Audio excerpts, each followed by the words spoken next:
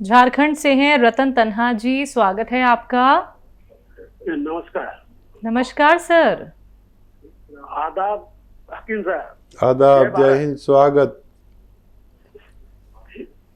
Sir, आज के हालात पर जब नजर डालता हूँ तो आपकी पेशेंस, आपकी सहन शक्ति का मैं बार बार नमस्कार करता हूँ आपके सर। क्या हालात बना दिए हैं सबने, एक दूसरे से लड़ना झगड़ना, मार काट, एक दूसरे पर काबिज होना। क्या है, अगर आपके जैसा सहन शक्ति दो चार व्यक्ति में हो जाए, दो चार क्या, हर परिवार में एक व्यक्ति हो जाए तो ये लड़ाई झगड़ा मार काट मुश्किल है। शायद ऊपर वाले के हाथ में आप जैसे लोगों के लिए जो मिट्टी होती है बनाने में, उसकी शायद बहुत ज्यादा कमी है और हम जैसे के लिए बहुत ज्यादा है। कुछ प्रश्न करना था सर जी। ये सुरंजान सीरिया सुगंधा उन्नाव ज्वाइंट फोर्ट जो आपके यहाँ से भेजा जाता है, इसमें कभी कभी सुनता हूँ छोटी हड़ वो किस काम में आती है सर? और दूसरी सर, मूसली, सफेद मूसली, लाल मूसली, काली मूसली, ये सब किस काम में आता है? और तीसरी सर एक जानकारी जो आप नहीं बनाते हैं, एप्पल का सिरका और मूली, गवई भाषा में कहे तो मुरई, इसका कौन कौन सा फायदा है सर? अगर किसी के पास उपलब्ध है तो क्या दिया जा सकता है? पेपर ठीक का है सर। पेपर का क्या कह रहा है? मूली और एप्पल सेब, एप्पल का सिरका। अच्छा जी। और मूली मुरई। ठीक है। जी। हाँ, देखिए, भगवान ने इस कदर मखलूक पैदा की है और उनमें सबसे अशरफ या अफजल यानी बेहतर जो मखलूक पैदा की वो इंसानों की। अच्छा, इंसान इसलिए बेहतर है कि वो सहन शक्ति वाला हो, दरगुजर वाला हो और दूसरों की तकलीफ़ों को समझने लगे और उनकी कुछ मदद करने वाला हो।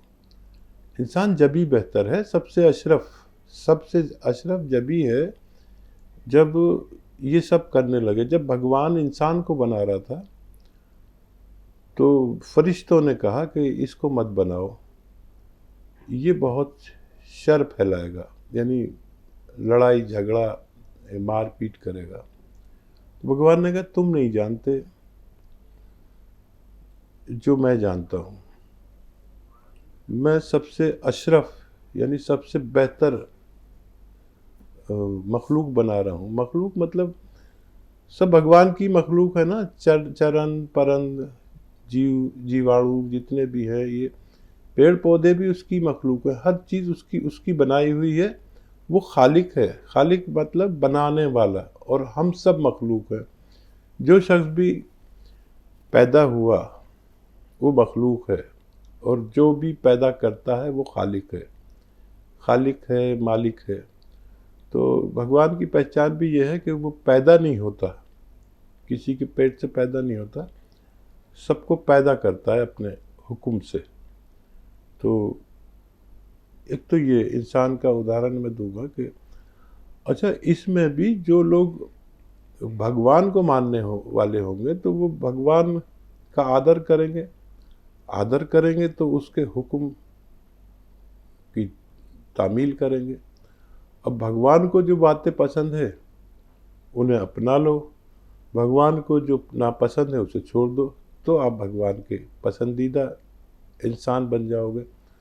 तो इंसान तो जानवरों से भी ज़्यादा गया गुजरा है।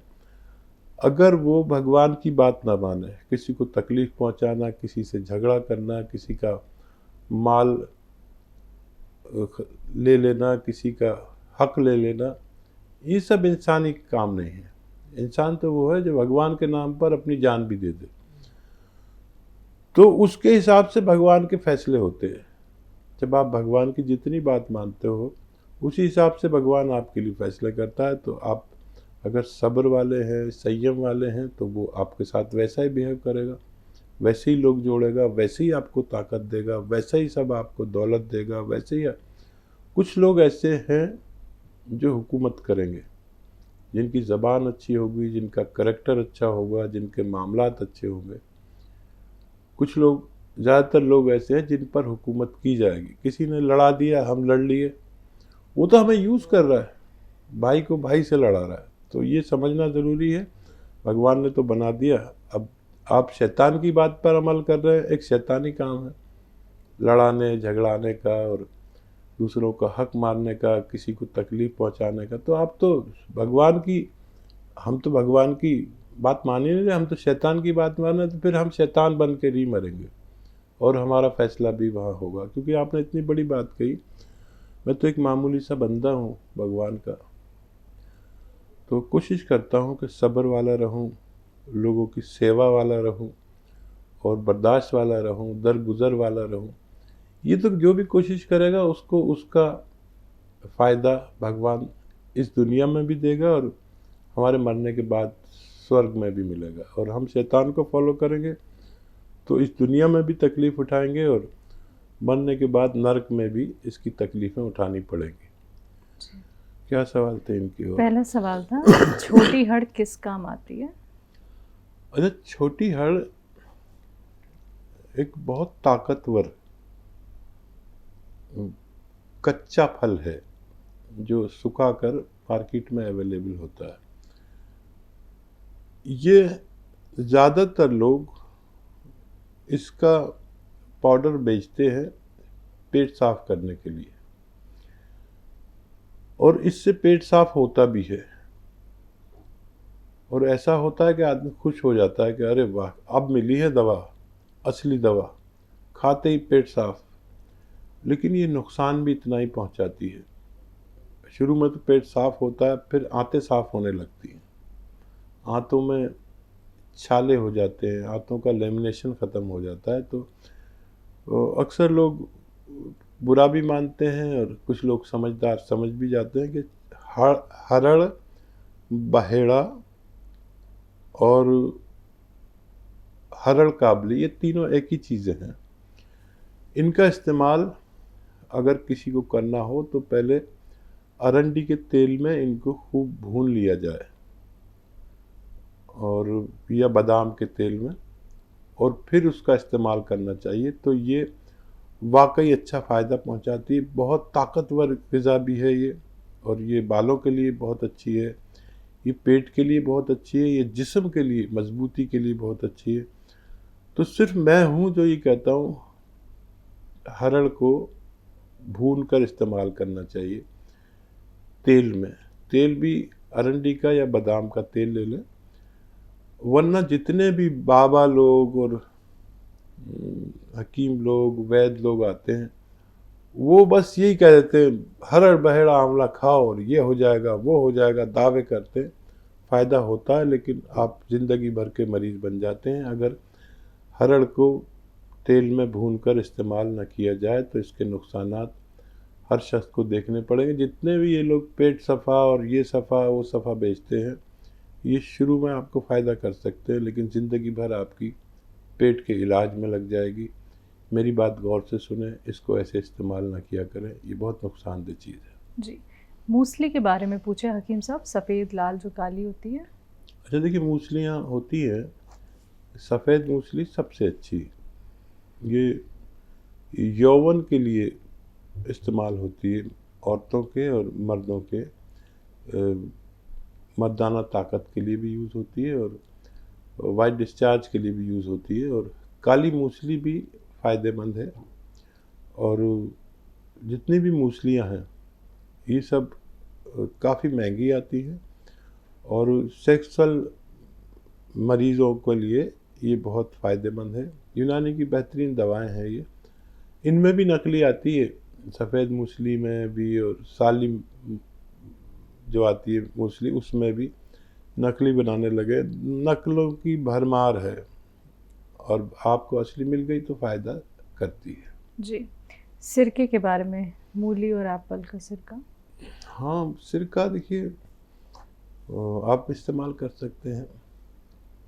और वो उसके सबके फ़ायदे अलग अलग हैं और मिलते जुलते भी फ़ायदे हैं। सेब का सिरका आप इस्तेमाल कर सकते हैं। और मूली भी हज़म करती है खाने को, लेकिन मूली में एक ख़राबी ये है कि वो खाने को तो हज़म करती है लेकिन अपने आप बड़ी मुश्किल से हज़म होती है। तो मूली को अगर पीस के इस्तेमाल किया जाए तो ये ज़्यादा फ़ायदेमंद हो सकती है। नेक्स्ट कॉलर हैं दर्शन सिंह जी, स्वागत है आपका। नमस्कार जी। नमस्कार सर। हमारा सवाल है जी, एक बुजुर्ग हैं 75 ईयर के जी। उनको प्रोस्टेट की प्रॉब्लम है, दूधों की। हम्म। और दूसरा सवाल मेरा ये है, एक मरीज है उनका बाईपास हुआ है जी और 4 महीने हो चुके हैं और खून पतले की दवाई चल रही है, क्या उनको सिरका दे सकते हैं? ऑपरेशन को 4 महीने हो चुके हैं। अच्छा, पहला वाला जो सवाल था आपका, उनको प्रोस्टेट में क्या परेशानी, पेशाब तकलीफ से आता है? पेशाब जलन होती है एक तो जी, दूसरा बार बार आता है थोड़ा थोड़ा। ठीक है। अच्छा देखिए, जिनको भी प्रोस्टेट की ऐसी तकलीफ है जो आपके 75 साल बुजुर्ग को है, तो उनके लिए एक अच्छा नुस्खा है, वरना ये बात ऑपरेशन तक चली जाती है। कि देखिए 100 ग्राम अलसी लीजिए, 100 ग्राम अलसी हो सके तो हल्का सा भूनकर इसका पाउडर बना लें। और 100 ग्राम लाजवंती, 100 ग्राम अलसी 100 ग्राम लाजवंती, इन दोनों को मिक्स करके पाउडर बना लें और इसका 1 चम्मच दूध या पानी में मिलाएं। और जब ये पानी को पी ले तो इसमें 1 चुटकी गोंद चिलगोज़ा मिला लें। गोंद चिलगोज़ा अलग रखें, वो भी 100 ग्राम खरीद लें लेकिन अलग रखें। 1 चुटकी गोंद चिलगोज़ा मिला लें और ये 1 खुराक रोज़ाना या 2 बार 2 खुराक ले सकते हैं। खाने के बाद, खाने से पहले पानी से भी ले सकते हैं, दूध से भी।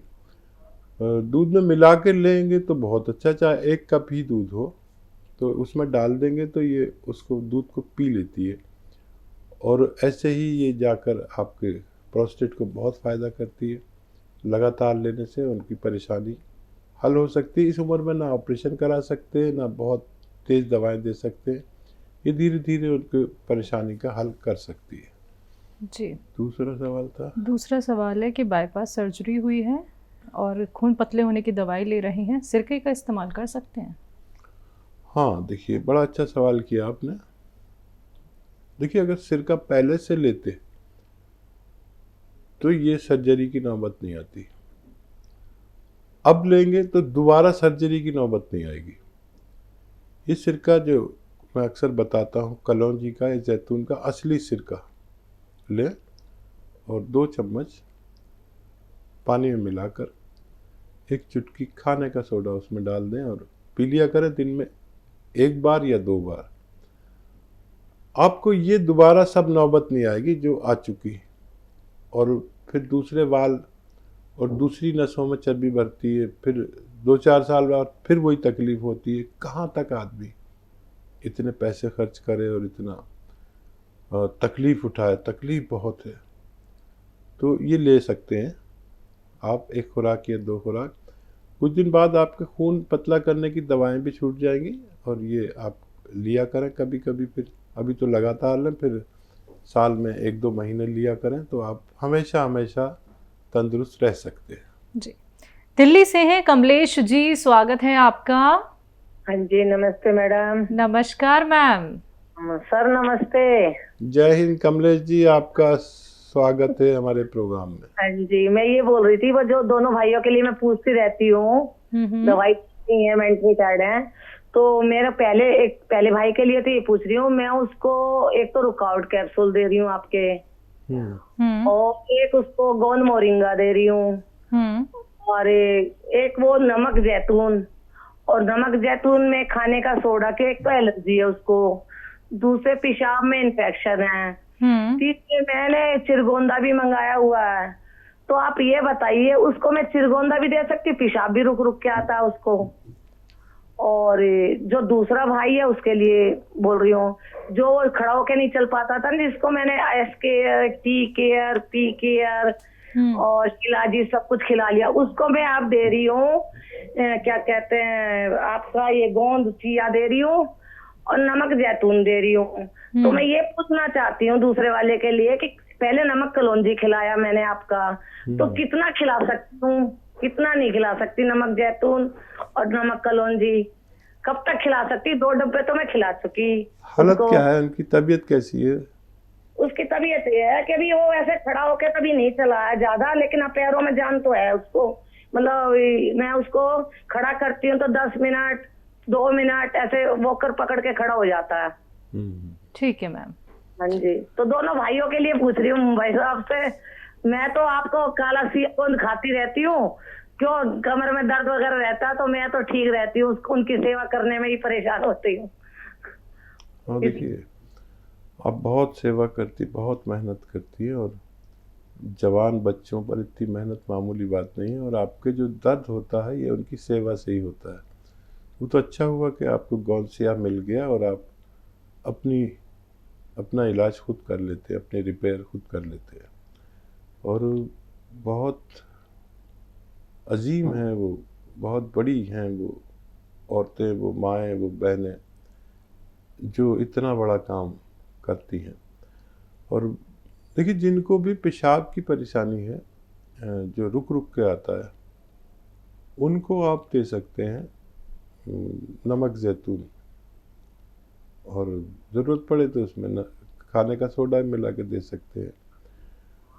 और अब ये खड़े होने तक की तो बात पहुंच गई, और थोड़ी थोड़ी और मेहनत करेंगे तो हो सकता है चलने भी लगे थोड़ा बहुत। इनमें टाइम बहुत है, लगता है, बहुत सब्र चाहिए, बहुत संयम चाहिए। मैं ख़ास दुआ करूँगा कि आपकी इस मेहनत को भगवान कबूल कर ले और इन भाइयों को पूरी तरह अच्छा कर दे। चिलगोज़ा गोंद का इस्तेमाल पूछ रही थी, यूरिन इन्फेक्शन। हाँ, यूरिन इन्फेक्शन के लिए नमक जैतून बेहतर है।